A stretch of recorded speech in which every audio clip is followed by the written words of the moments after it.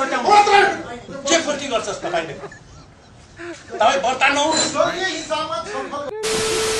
सुरु गरौँ यस्तो पनि हुँदो रहेछ जिन्दगीमा कहिले कहिले कसैलाई माया गर्नु एउटा भुल गरे मैले बासै उठाउने कस्तो यो खेल भयो जीवनमा धेरै धेरै नै झेल भयो छल गर्यो मायाले सबैको देख्छु हाँसेर खुसी शिखरको बाटोमा आफ्नो त बरै भाग्य नै फाट्यो मायाकै फाटोमा 2-4 दिनको त्यो मृग तृष्णा के देख्नु पर्यो नि झिरैमा उनेको माछी झैं हाल भयो जिन्दगीदेखि अब खुसी नै पार भयो छल गर्यो सब क्या देखना पड़ रहा है मैले जति मैले दिए जति झिक तुलो जोखौं आज कसको माया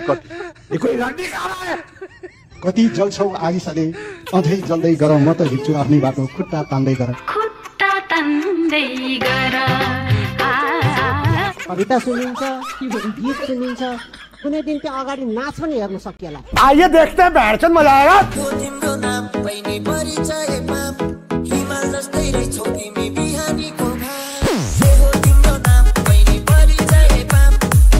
तपाईहरु जस्तोले नेतृत्व गर्दै गर्दाखेरि खोइ त परिवर्तन भन्ने मूल त प्रश्न त्यहाँनेरि हो के फेरि पनि तपाईले गल्ती गर्दै हुनुहुन्छ मैले नेतृत्व गरिरहेको छु अहिले तपाई पनि एकचोटी त प्रधानमन्त्री बन्नु भने एकचोटी त भइयो नि कति चोटी अहिले त होइन नि त अहिले के हो लगे सोध्ने प्रश्न सोध्ने कलाकारले पनि एउटा ठीक छ अमितका साथ सोध्नु पर्यो नि मैले तपाईलाई पूर्व प्रधानमन्त्रीको हिसाबले सोधेको जे पाए त्यही सोधेर केही पनि हुँदैन भाइ थ्यांक यू सो मच है सबैलाई धन्यवाद यो स्पेशली आज गीतको विमोचन कार्यक्रम हो है संसदबाट प्रवेश निषेध छ मेरो हो त्यही खालको गर्नुहुन्छ तपाईले राम्रो पाउनु भएको छ 23 जना हो 23 जना ठुलो जन्म त किन होइन जनताले निर्वाचन गरेको सुन्नु न 123 मा 23 ठुलो हो कुन हिसाबले कति क्लास पढ्नु भएको तपाईले माधव नेपाल तपाईले पढाइको कुरा नगर्नु भएको छ तपाई पढाइको कुरा नगर्नु म त सोध्दिन म तपाई सुमनको तपाईले आज माधव नेपाललाई होच्याउने किन होच्याउने माधव जे पाए त्यही बोल्ने माधव नेपालले जे पाए त्यही बोल्ने तपाई माधव नेपालको को तपाई वकालत गर्नु तपाई ठुलो सम्मानित नेतालाई तपाईले भन्ने त्यसो सम्मानित नेताको सम्मानित व्यवहार हुनुपर्छ कुरो गर्नुहुन्छ पढाइको कुरा गर्नु तपाई आफ्नो पार्टी हिजो पोखरामा पर्यटन वर्ष 2025 लाई उद्घाटन गर्ने क्रममा भएको दुर्घटनामा परि घाइते हुनुभएका उपप्रधानमन्त्री तथा काठमाडौँ महानगरपालिकाका मेयरप्रति हार्दिक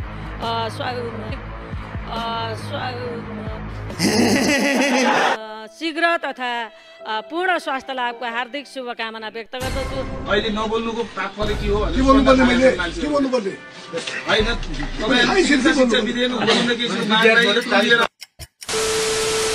पढाइको कुरा नगर्नु मलाई चाहिने कुरा मैले छ नि तपाईलाई चेतावनी दिन्छु पढाइको कुरा नगर्नु तपाईँ ठुलो कुरा हावादारी कुरा नगर्नु एकदम सोध्छु म तपाईलाई तपाईले जब मलाई सोध्नुहुन्छ भने तपाई हिसाब जान्नुहुन्न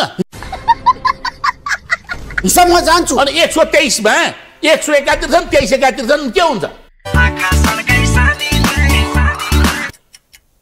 कुन संविधान देशलाई तपाईले कमजोर ठान्ने अनि 23 बाट ठुलो भयो 100 जानी कम भयो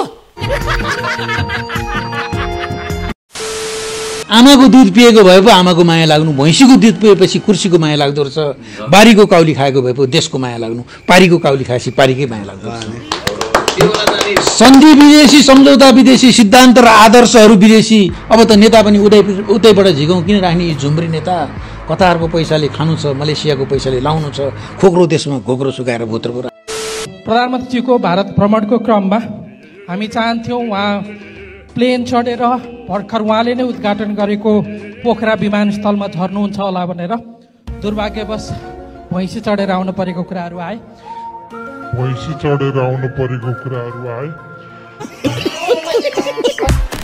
मुर्रा हो मुर्रा मजाक गर्न खोजेको हो होइन मजाक चलेको छ होइन मालूम है तेरे बाप को मत सिखा चल मुर्रा तर नेपाली कांग्रेसले आज जनताको बीचमा आफूलाई लिएर जान सकेन त्यो कुरा पनि तपाईले स्वीकार्नुस् क्या जसरी कांग्रेस जानु पर्छ गएर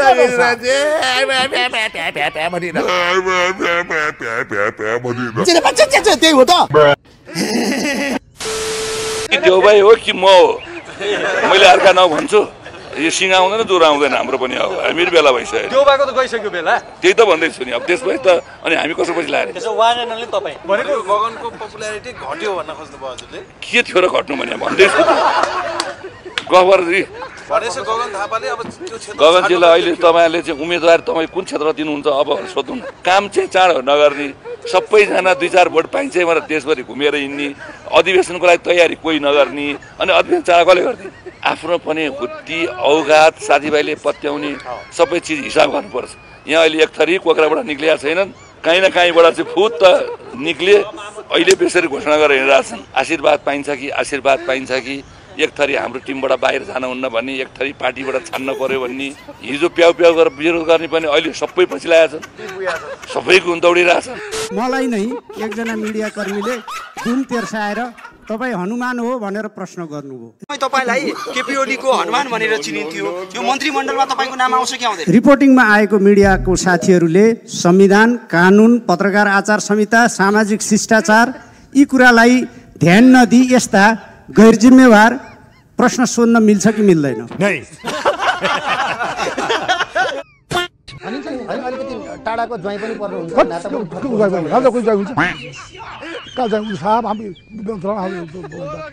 जनमानसमा त्यो कुराहरू आएको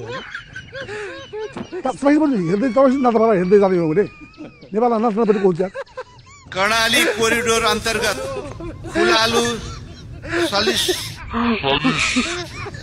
सलिसला खण्ड र हिल्सा सिमीकोट खण्ड निर्माणका लागि रु 97 करोड विनियोजन गरेको छु।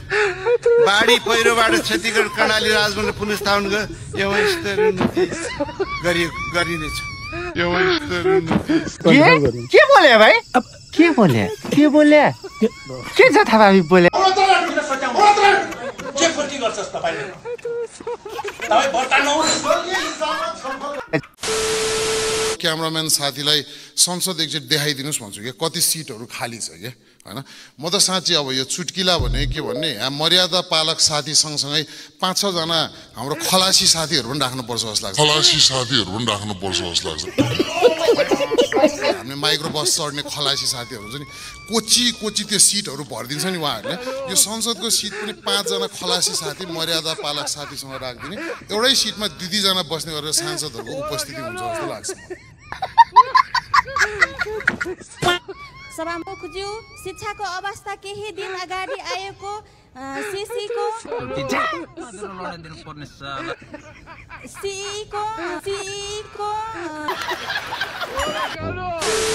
प्रधानमन्त्री यो संविधानमा यसको 15 गते बजेट पेश गर्नै पर्ने अनिवार्य गर्यो। त्यो दिन भुइँडाला आयो भने के गर्ने? साउनदेखि फटाफट काम गरे हुने, मन्त्रीलाई त्यो काम साउनदेखि गर्न केले छेक्यो? कुन प्रेत आयो क्या? कुन भूत आयो क्या?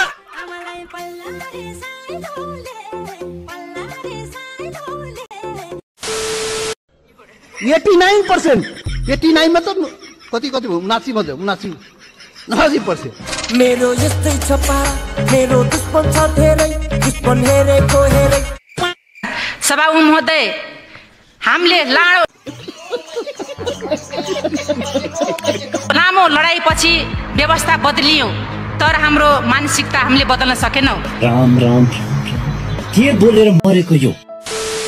सम्मानीय सभामुख महोदय, स्वास्थ्य क्षेत्रको अवस्थाले समाजवादी अर्थतन्त्र निर्माण गर्ने हाम्रो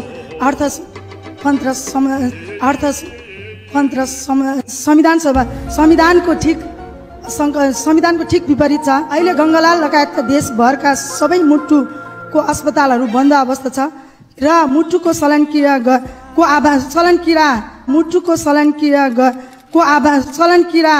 ये मुंह से सुपारी निकाल के बात कर रहे बाबा। संसारमा त निश्चित ठाउँमा मात्र रक्सी खान पाइने, निश्चित पसलले मात्र रक्सी बेच्ने, निश्चित व्यक्तिले मात्र रक्सी किन्न पाइने। बिहा गर्नलाई 20 वर्ष हुनुपर्छ, रक्सी खानलाई 6 वर्ष भयो नि हुने।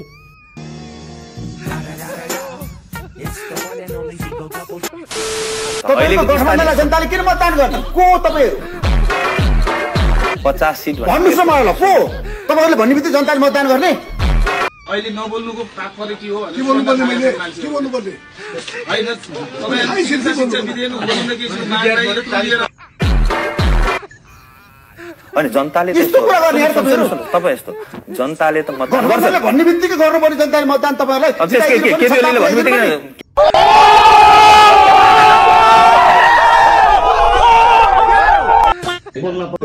पाउनु यहाँ पढ्दै गर्छु अनि मैले बोल्न पाउनु भयो बोल्दै गर्छु नक्सा सूचीकृत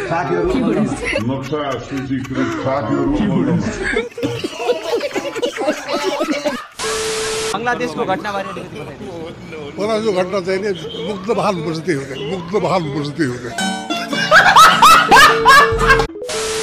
सुन मेरो कुरा सुन्नुहोस् तपाईँ कुरा सुन्नु तपाईँ मेरो कुरा सुन्नु आउनु आएन अनि तपाईँ बिच प्यास बोलिहाल्नु किन पुरा पुरा सुन्नुहोस् मैले आफ्नो कुरा गर्नु भने म सुन्नुहोस् सक्नुहोस्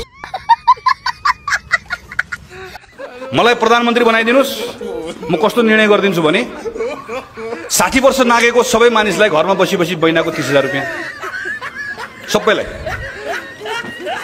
18 वर्ष पुगेको सबै मान्छेलाई एउटा मोबाइल फ्री त्यसमा दिन आइफोन चलाउने कि स्यामसङ चलाउने खोजी गर्ने के बोले भाइ के बोले साइकल चढ्ने मान्छेलाई वर्षको 100 लिटर तेल फ्री बिल्कुल चुप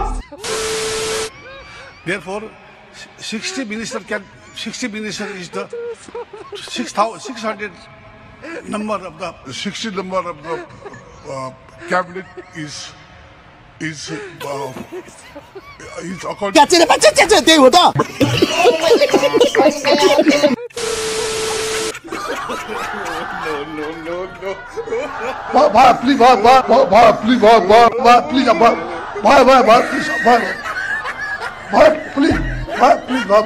please